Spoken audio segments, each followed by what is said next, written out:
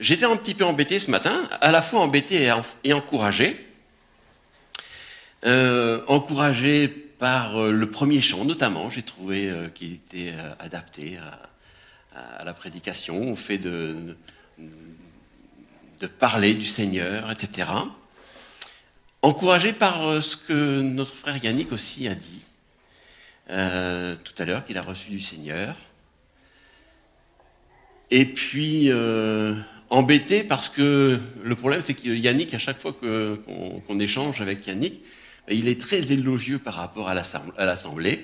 Ah, les frères et sœurs, ils sont bouillants, les frères et sœurs, ils font ça, les frères et sœurs, ils font ci, on fait ça, etc. Je me dis, mais qu'est-ce que je viens faire, moi, ici? Voilà. Ils sont déjà passionnés de Dieu. Alors je m'étais dit, mais voilà, il faut que je parle à des passionnés de Dieu. Qu'est-ce que je vais dire à des passionnés de Dieu? Je ne sais pas si vous vous êtes rendu compte que vous étiez des passionnés de Dieu. En tout cas, c'est comme ça que vous êtes dépeints. Hein. Voilà. On est heureux d'être passionnés de Dieu. Heureux. Des passionnés de Dieu. Alors j'aurais voulu voir quelques éléments par rapport justement au fait d'être passionné de Dieu. Quelques caractéristiques des passionnés de Dieu. Est-ce qu'ils sont des véritables témoins? Quelle course courent-ils? Quel est leur ordinaire? Qu'est-ce qu'il y a dans la tête des passionnés de Dieu? Le septièmement, je ne vais pas vous le dire. Est-ce qu'ils combattent les passionnés de Dieu?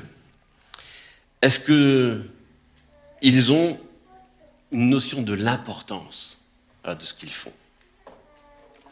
Alors, je suis parti sur cette base. Nous sommes des passionnés de Dieu. Persuadé que je parle à des passionnés, pas des passionnés de football, hein. J'ai bien dit de Dieu. Hein. Est-ce qu'il y a des passionnés de football ici? Vous pouvez lever la main si... Il y a des passionnés de football? Voilà, eh ben, vous pouvez rester.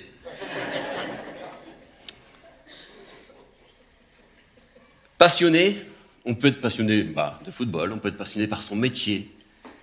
J'avais déjà dit effectivement que dans notre secteur, là où on habite, il y a un boulanger. C'est déjà bien d'avoir un boulanger. Et il est reconnu pour ses gâteaux. Il est passionné. Quand il fait des gâteaux, ce sont de bons gâteaux. Quand il en fait un nouveau, il s'inquiète de savoir si c'est un bon gâteau. Alors il nous en donne un. Voilà, il dit, vous pouvez goûter? Et puis, sans doute qu'il doit nous voir. Ce sont des gens qui aiment bien les gâteaux. Et puis on goûte, on donne son avis, etc. Mais il a tout... On voit qu'il aime ce qu'il fait. Sa passion est dans les gâteaux, etc. On avait aussi un médecin qu'on connaissait, qui était chrétien. Et lui, il n'hésitait pas à travailler tout le temps. Tant et si bien qu'à un moment donné, il n'avait plus le temps de dormir. Et il demandait à sa femme de le conduire chez les patients, et il profitait juste du temps du trajet pour dormir, afin de continuer à soigner le plus possible ses patients. Au risque, je dirais, de payer de sa santé, etc., quand on est troublé à la fin. Et donc, voilà, on peut avoir des passions comme ça, et que l'on respecte, qui sont bonnes aussi. Mais nous, est-ce que nous sommes vraiment des passionnés de Dieu? Est-ce que vous vous considérez, vous, comme des passionnés de Dieu? Soit je vais mettre mon appareil en route. Est-ce que vous vous considérez comme des passionnés de Dieu? Bon, ça ne va pas être gagné, mais... En fait, mon but, c'était ça, c'est que vous répondiez « Amen » assez fortement. Allez, on fait encore une fois un test. Est-ce que vous vous considérez comme des passionnés de Dieu? Amen. Voilà, ça c'est une réponse. C'est une réponse. Alors je me suis dit, voilà, quelles sont les caractéristiques des passionnés de Dieu? Moi, j'ai trouvé une première caractéristique, c'est qu'ils se nourrissent de la parole de Dieu. Vous devriez dire Amen, normalement. Bon. Si vous êtes d'accord, vous dites Amen. J'en ai que 10 à vous proposer. Ça va aller vite. Enfin, si vous répondez assez vite. Ils se nourrissent de la parole de Dieu. Amen. Ils cherchent toujours à connaître mieux le Seigneur Jésus. Amen. Ils cherchent à habiter tous les jours dans la maison de l'Éternel. Amen. Et j'avais ajouté le participe aux réunions. Ils cherchent à être guidés et remplis du Saint-Esprit. Amen. Ils soutiennent physiquement et financièrement l'Église. Amen. Ils marchent dans l'amour du Christ. Amen. Ils aident leurs frères et sœurs et leurs prochains. Amen. Ils témoignent sans retenue et saisissent toutes les occasions possibles de témoigner. Amen. Ils ne s'embarrassent pas du regard des autres pour accomplir la volonté de Dieu. Amen. Ils ne se laissent pas arrêter dans l'accomplissement de leur tâche, de la tâche qui leur est confiée. Amen. C'est bien. C'était l'aménomètre. C'est un nouvel outil qui vient de sortir, l'aménomètre.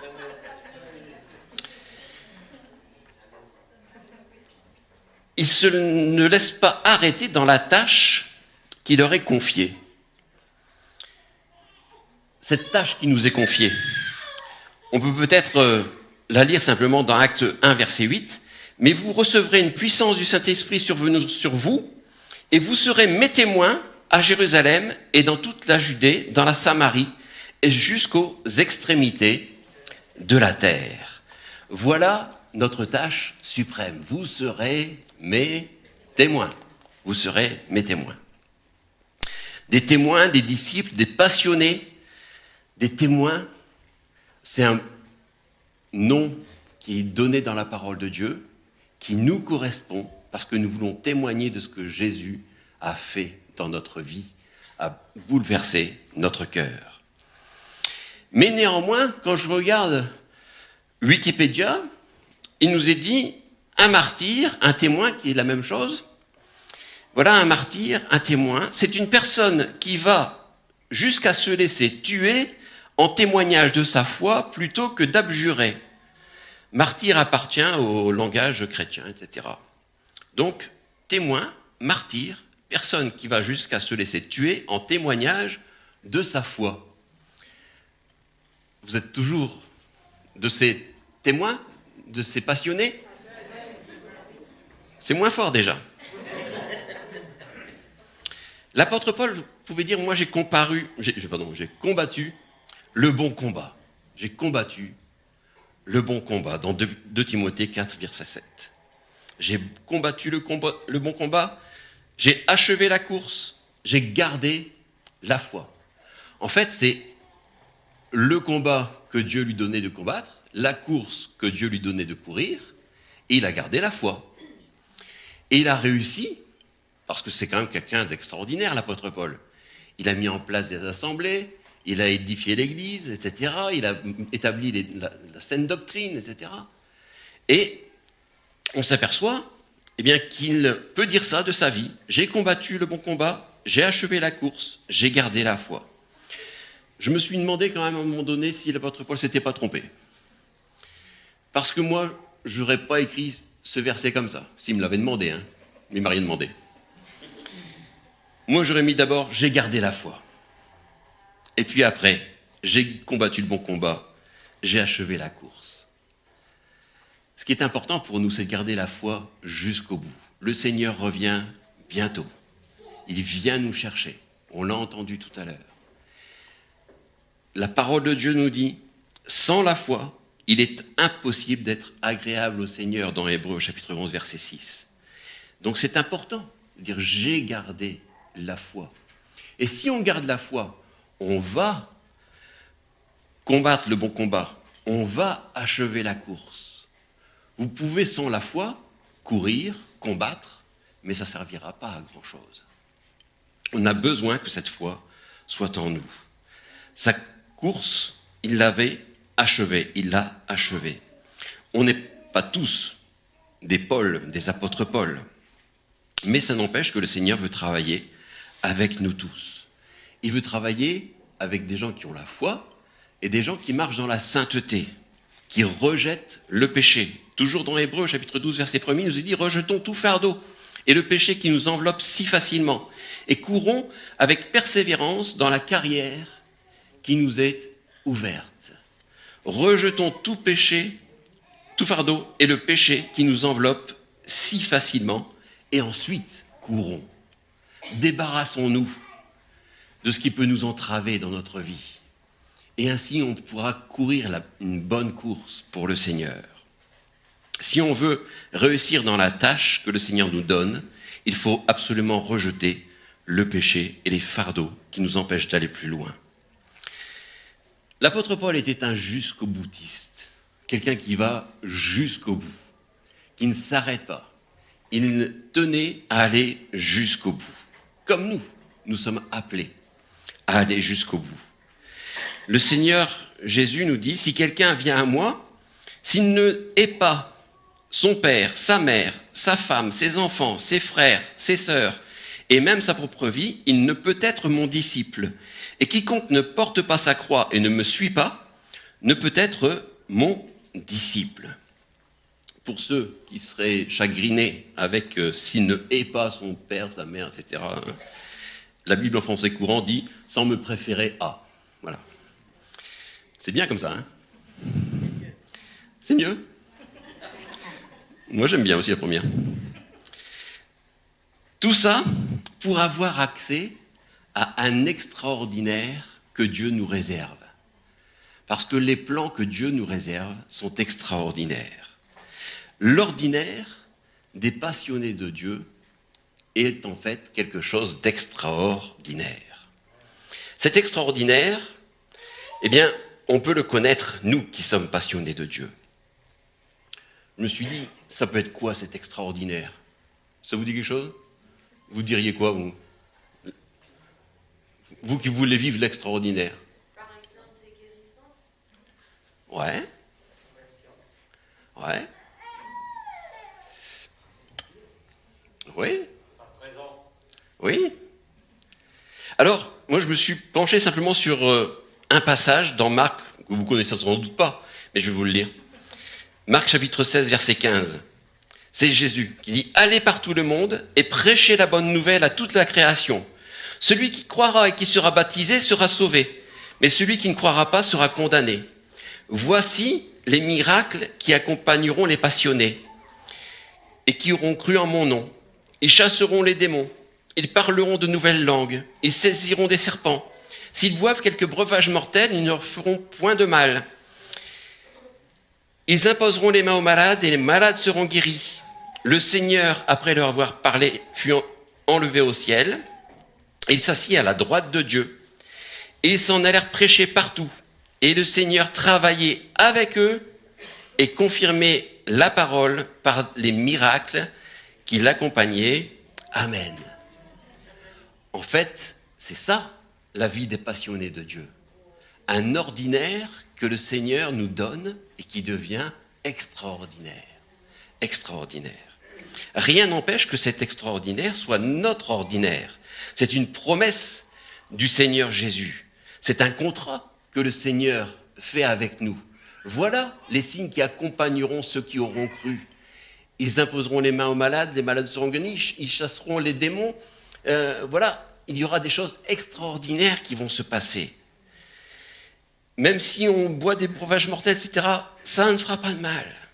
Le Seigneur est avec nous. Et nous devons de saisir ces paroles que le Seigneur Jésus nous donne. Ce contrat que le Seigneur fait avec nous. Nous voulons être des ouvriers qui ont envie de travailler à l'avancement de l'Évangile, qui veulent s'investir pour l'avènement du royaume de Dieu avant que le Seigneur revienne. S'investir, j'allais dire, coûte que coûte. Ça vous dit quelque chose, coûte que coûte ? Je vais vous parler un langage plus connu. Quoi qu'il en coûte. Je vois que là, vous avez percuté. Coûte que coûte, quoi qu'il en coûte. Alors là aussi, je me suis penché sur Internet. Que veut dire coûte que coûte ? Coûte que coûte, c'est faire quelque chose qui coûte que coûte, veut dire faire cette chose, quels que soient les efforts à fournir, les difficultés à endurer, peu importe les conséquences. Voilà l'engagement des passionnés de Dieu. Je ferai et je servirai le Seigneur coûte que coûte. Quels que soient les efforts à fournir, quelles que soient les difficultés à endurer, peu importe les conséquences, je servirai le Seigneur coûte que coûte. Que deviendrait notre coûte que coûte ? Combien de temps durerait-il s'il y avait des bâtons qui se mettaient dans nos roues, s'il y avait des obstacles devant nous, s'il y avait des freins qui se mettaient, devant notre élan. Parce qu'en fait, il se pourrait très bien que la persécution frappe à notre porte, que l'interdiction de témoigner frappe à notre porte. Alors, est-ce qu'on va s'arrêter ou est-ce qu'on va aller coûte que coûte ? Quoi que soit que ça nous coûte, même si ça devait, nous porter préjudice par des conséquences malheureuses. On peut craindre, bien sûr, ces choses-là, mais le Seigneur est avec nous. On l'a lu tout à l'heure. Le Seigneur était avec eux et il y avait des miracles et des prodiges qui se réalisaient. Et le but, c'était vraiment que le Seigneur soit avec nous. Tout à l'heure, vous l'avez dit, être avec le Seigneur, être dans la présence de Dieu. Alors, dans la tête de l'apôtre Paul, j'ai voulu savoir un peu ce qu'il y avait dans la tête de l'apôtre Paul. Je me suis penché sur un verset du livre des Actes, au chapitre 20 et au verset 24. Ça commence par mais je passe ce mais. L'apôtre Paul dit ceci: « Je ne fais pour moi-même aucun cas de ma vie, comme si elle m'était précieuse, pourvu que j'accomplisse ma course avec joie et le ministère que j'ai reçu du Seigneur Jésus, d'annoncer la bonne nouvelle de la grâce de Dieu. Et maintenant, voici, je sais que vous ne verrez plus mon visage, vous tous, au milieu desquels j'ai passé en prêchant le royaume de Dieu. » Dans Parole vivante, ce même passage dit « Mais peu m'importe, la vie n'est pas pour moi un bien précieux. S'il faut la sacrifier, j'y suis prêt. Pourvu que j'atteigne le but de ma course et que j'accomplisse entièrement la mission que le Seigneur Jésus m'a confiée. C'est-à-dire que je proclame partout la bonne nouvelle de Dieu en faisant grâce aux hommes. » Et puis on peut prendre une option supplémentaire en français courant. « Mais ma propre vie ne compte pas à mes yeux. Ce qui m'importe, c'est d'aller jusqu'au bout de ma mission et d'achever la tâche que m'a confiée le Seigneur Jésus-Christ. Proclamer la bonne nouvelle de la grâce de Dieu. » En fait, dans la tête de l'apôtre Paul, c'était vraiment le jusqu'au boutisme. Il voulait aller jusqu'au bout. Voilà ce qui m'embête maintenant. J'avais dit qu'il y avait un truc qui m'embêtait aussi. Je me suis dit, mais ce jusqu'au boutisme, est-ce que c'est raisonnable ? Vous trouvez que c'est raisonnable, vous ? Non. Ça dépend. Mais on peut se poser la question. Est-ce que ce jusqu'au boutisme est raisonnable ? Faire aucun cas de sa vie. Ma vie ne représente rien, pourvu que j'accomplisse ce que le Seigneur m'a donné de faire pour lui. Est-ce que c'est raisonnable ? Alors, du coup, je me suis même posé la question, et attention, il y a un piège, est-ce ce mot raisonnable, est-ce qu'il est dans la parole de Dieu? Il n'est pas dans la parole de Dieu. Voilà, je m'en doutais. Il y est? Un culte raisonnable. Voilà ce qui m'a encouragé ce matin. Voilà ce qui m'a sérieusement encouragé. Je me suis dit, Seigneur, merci. Voilà, Romains 12, verset 1er. Alors il y avait un autre passage, en fait ça n'existe que 2 fois dans la parole de Dieu raisonnable. Le premier, c'est le maître de maison qui doit récolter sa vigne, et puis il emploie des ouvriers à la première heure, à la deuxième heure, il donne un denier, etc. Enfin, soit, voilà. Et le deuxième, c'est ça, c'est Romains chapitre 12, verset 1er. Je vous exhorte donc, frères. Alors, on pourrait se dire un culte raisonnable. Ça, c'est bien un culte raisonnable. Alors, si je vous posais la question, c'est quoi un culte raisonnable? Vous direz, c'est un culte où on chante, où on loue, où on prie, on tape des mains, etc. Voilà. Mais la parole de Dieu dit ceci. Je vous exhorte donc, frères, par des compassions de Dieu, à offrir vos corps comme un sacrifice vivant, saint, agréable à Dieu, ce qui sera de votre part un culte raisonnable. Et donc, le Seigneur, ce qu'il demande avant tout, c'est qu'on soit des jusqu'au-boutistes, qu'on aille jusqu'au bout de notre engagement, qu'on se souvienne tous les jours qu'on s'est fait baptiser pour le suivre, et jusqu'à la fin de nos jours, qu'on veut toujours témoigner, qu'on veut toujours apporter la parole de Dieu. Et ça, c'est un culte raisonnable, et sans faire aucun cas de notre vie. Là, c'est le culte raisonnable.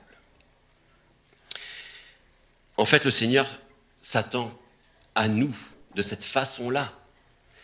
Il veut que nous puissions marcher dans ses voies de cette façon-là. Si on ne marche pas dans les voies du Seigneur de cette façon-là, nous allons perdre par avance le combat que nous devons mener. Il y a un passage dans la parole de Dieu, d'autres peut-être, mais j'ai pris simplement un connu, qui est David et Goliath. C'est un combat inégal. Goliath, David. Ah non, c'est l'inverse. David et Goliath. Quelque chose qui semble perdu d'avance à vue humaine. Je vous lis ceci dans 1 Samuel, chapitre 17, verset 8. Le Philistin s'arrêta et s'adressant aux troupes d'Israël, rangées en bataille, il leur cria « Pourquoi sortez-vous pour vous ranger en bataille? Ne suis-je pas le Philistin et n'êtes-vous pas les esclaves de Saül? Choisissez un homme qui descende contre moi. S'il peut me battre et qu'il me tue, nous vous serons assujettis. Mais si je l'emporte sur lui et que je le tue, vous nous serez assujettis et vous nous servirez. » Le Philistin dit encore, « Je jette en ce jour un défi à l'armée d'Israël. Donnez-moi un homme et nous nous battrons ensemble. » Toujours dans 1 Samuel, au verset 32, David dit à Saül que personne ne se décourage à cause de ce Philistin. Ton serviteur ira se battre avec lui. Saül dit à David, « Tu ne peux pas aller te battre avec ce Philistin, car tu es un enfant. Et il est un homme de guerre dès sa jeunesse. » On connaît l'histoire et comment ça finit. C'est Goliath qui perd. Il en perd la tête. Et quand on regarde ça, et si David s'était laissé arrêter par ce qu'on lui avait dit, eh bien, il n'y aurait pas eu de combat. Le peuple d'Israël aurait été assujetti et il aurait été esclave. Mais voilà, il nous est dit, tu ne peux pas aller te battre. Tu es un enfant et il est un homme de guerre. Et David, je suppose qu'il avait mis sa main sur ses oreilles pour ne pas entendre ce qu'on lui disait, pour ne pas être arrêté sur le chemin du service pour Dieu. Et il a tenu jusqu'au bout. Si David avait été raisonnable et aurait fait le moindre cas de sa vie, il ne se serait pas engagé dans ce combat que Dieu voulait mener pour son peuple. Dans 2 Corinthiens, chapitre 10, verset 5, il nous est dit « Nous renversons les raisonnements et toute hauteur qui s'élève contre la connaissance de Dieu et nous amenons toute pensée captive à l'obéissance de Christ. » Si dans notre tête, on se dit « Oui, il faut que ce soit raisonnable. » Non, le Seigneur ne demande pas forcément quelque chose de raisonnable. Il demande de marcher par la foi pour gagner le bon combat. Et donc, nous nous devons de laisser nos pensées, ce qu'on nous dit qui pourrait nous décourager, nous détourner de notre voie, laisser nos pensées de côté, laisser nos pensées qui pourraient nous freiner et les mettre à la poubelle. Seule la parole de Dieu compte. Nous voulons nous nourrir de la parole de Dieu. Il est écrit, a dit le frère tout à l'heure, il est écrit. Et donc, dans Actes, au chapitre 20, verset 24, il nous est dit, un petit peu avant ce qu'on a lu tout à l'heure, « Vous savez que je n'ai rien à cacher de ce qui vous était utile. Je n'ai pas craint de vous prêcher et de vous enseigner publiquement dans les maisons, annonçant aux Juifs et aux Grecs la repentance envers Dieu et la foi en notre Seigneur Jésus-Christ. Et maintenant, voici, lié par l'Esprit, je vais à Jérusalem, ne sachant pas ce qui m'y arrivera, mais seulement de ville en ville, l'Esprit Saint m'avertit que des liens et des tribulations m'attendent. » Verset 24. « Mais, ou malgré tout, je ne fais pour moi-même aucun cas de ma vie, comme si elle m'était précieuse, pourvu que j'accomplisse ma course avec joie et le ministère que j'ai reçu du Seigneur Jésus, d'annoncer la bonne nouvelle de la grâce de Dieu. » Il savait très bien que des liens, des tribulations l'attendaient, et pourtant il a été jusqu'au bout. Mais je ne fais pour moi-même aucun cas de ma vie. Et un petit peu plus loin, au verset 10, il nous est dit « Comme nous étions là depuis plusieurs jours, un prophète nommé Agabus descendit de Judée et vint pour nous trouver. Il prit la ceinture de Paul et se lia les pieds et les mains et dit « Voici ce que déclare le Saint-Esprit. L'homme à qui appartient cette ceinture, les Juifs le lieront de la même manière à Jérusalem et le livreront entre les mains des païens. » Voilà ce qui attendait Paul. Quand nous entendîmes cela, nous et ceux de l'endroit, nous priâmes Paul de ne pas monter à Jérusalem. Alors il répondit « Que faites-vous en pleurant et en me brisant le cœur ? Je suis prêt, non seulement à être lié, mais encore à mourir à Jérusalem pour le nom du Seigneur Jésus. » Comme il ne se laissait pas persuader, nous n'insistâmes pas et nous dîmes que la volonté du Seigneur se fasse. Amen. Que la volonté du Seigneur se fasse. Dans Philippiens, au chapitre 1er, verset 20, il nous est dit « Mais maintenant, comme toujours, Christ sera glorifié dans mon corps avec une pleine assurance, soit par ma vie, soit par ma mort. Car Christ est ma vie et la mort m'est un gain. » Voilà ce qu'il y avait dans la tête de l'apôtre Paul. Dans la tête de l'apôtre Paul. Alors, en conclusion, on peut se poser la question, est-ce que nous sommes, nous, vraiment des passionnés de Dieu comme l'apôtre Paul ? Est-ce que nous voulons répondre à l'appel du Seigneur comme il attend que nous puissions le servir, achever notre course avec fidélité jusqu'au bout, regarder ce qui est du service du Seigneur et le mettre bien en avant dans notre vie. Ne pas regarder à notre confort, ne pas regarder à nos habitudes, etc. Mais peut-être bousculer notre vie pour le servir, pour aller jusqu'au bout. Qu'est-ce que nous aurions fait à la place de l'apôtre Paul ? Est-ce que nous aurions pris un chemin, je vais dire quand il devait aller à Jérusalem, moins dangereux ? Écoutez, les frères, ils ont dit, fais attention, on n'y va pas. Bon, je n'y vais pas. Et lui, il a été quand même. Il a été quand même. Un dernier passage peut-être. L'apôtre Paul voulait achever sa course.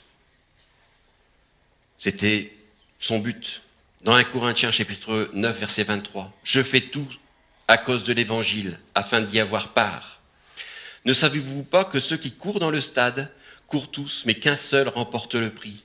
Courez de manière à le remporter. Tous ceux qui combattent s'imposent toute espèce d'abstinence. Ils le font pour obtenir une couronne corruptible. Mais nous faisons-le, pour une couronne incorruptible. Moi donc, je cours non pas comme à l'aventure, je frappe non pas comme battant l'air, mais je traite durement mon corps et je le tiens assujetti, de peur que moi-même je ne sois rejeté après avoir prêché aux autres. » Nous voulons achever notre course. J'ai achevé la course. Le Seigneur lui-même, l'apôtre Paul, on parle de l'apôtre Paul, mais le Seigneur lui-même a été jusqu'au bout. Il n'a pas renoncé à la croix. Il n'a pas reculé devant la croix pour nous. Il a été lui aussi jusqu'au bout. C'était aussi un jusqu'au boutiste. Et heureusement, sinon nous serions encore perdus dans nos péchés. Nous serions encore perdus et loin de Dieu, séparés de Dieu. Jésus dira, « Je t'ai glorifié sur la terre, j'ai achevé l'œuvre que tu m'as donnée à faire. » Quand Jésus eut pris le vinaigre, nous dit aussi l'évangile de Jean, il dit, « Tout est accompli. » Et baissant la tête, il rendit l'esprit. Nous voulons continuer notre route, assistés, entraînés, exhortés par le Seigneur. Ne pas se laisser freiner par ceux qui pourraient nous arrêter. Le Seigneur m'a assisté et m'a fortifié. C'est toujours dans 2 Timothée, chapitre 4, verset 17. Le Seigneur m'a assisté et m'a fortifié, afin que la prédication fût accomplie par moi et que tous les païens entendissent. Et j'ai été délivré de la gueule du lion. Le Seigneur me délivrera de toute mauvaise œuvre et me sauvera pour me faire entrer dans son royaume céleste. À lui soit la gloire au siècle des siècles. Ça se termine par Amen. C'est pas moi qui l'ai écrit, c'est le texte. Je vais relire ce passage. Et je termine là-dessus. Donc, en fait, je vais faire un test. C'est un dernier test. C'est pour voir si vous souriez. Parce que normalement, il y a des passages de la parole de Dieu qui font sourire. Et ça en fait partie. C'est le Seigneur Jésus qui m'a assisté et qui m'a fortifié, afin que la prédication fût accomplie par moi et que tous les païens l'entendissent. J'ai été délivré de la gueule du lion. Le Seigneur me délivrera de toute œuvre mauvaise et il me sauvera pour me faire entrer dans son royaume. Amen. Dans son royaume céleste. À lui soit la gloire au siècle des siècles. Amen.